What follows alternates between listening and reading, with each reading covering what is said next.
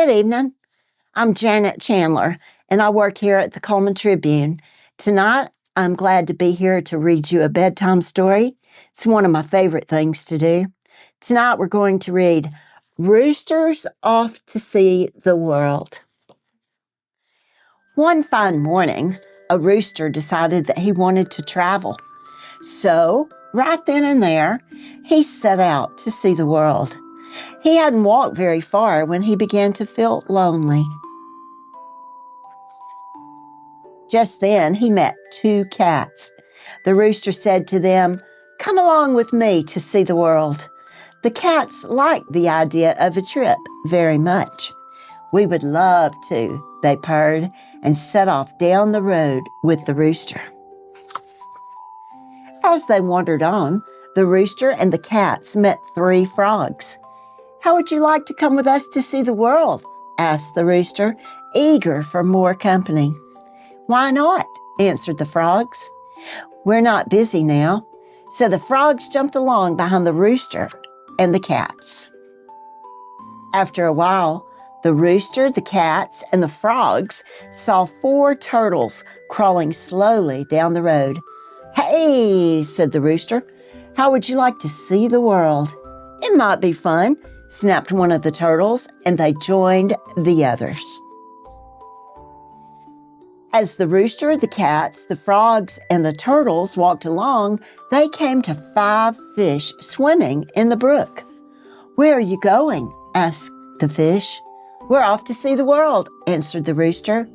"May we come along?" pleaded the fish.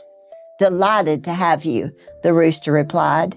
And so the fish came along to see the world. The sun went down. It began to get dark. The moon came up over the horizon. "Where's our dinner?" asked the cats. "Where are we supposed to sleep?"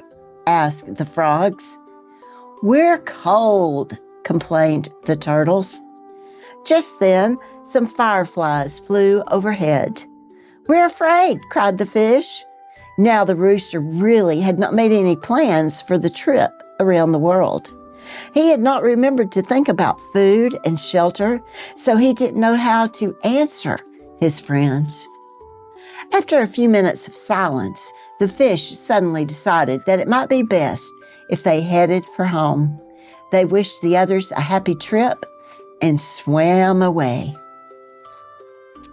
Then the turtles began to think about their warm house. They turned and crawled back down the road without so much as a goodbye. The frogs weren't too happy with the trip anymore either. First one and then the other, and finally the last one jumped away. They were polite enough, though, to wish the rooster a good evening as they disappeared into the night. The cats then remembered an unfinished meal they had left behind. They kindly wished the rooster a happy journey, and they too headed for home. Now the rooster was all alone, and he hadn't seen anything of the world. He thought for a minute and then said to the moon, "To tell you the truth, I'm not only hungry and cold, but I'm homesick as well." The moon did not answer. It too disappeared. The rooster knew what he had to do. He turned around and went back home again. He enjoyed a good meal of grain and then sat on his very own perch. After a while, he went to sleep and had a wonderful, happy dream, all about a trip around the world. The end.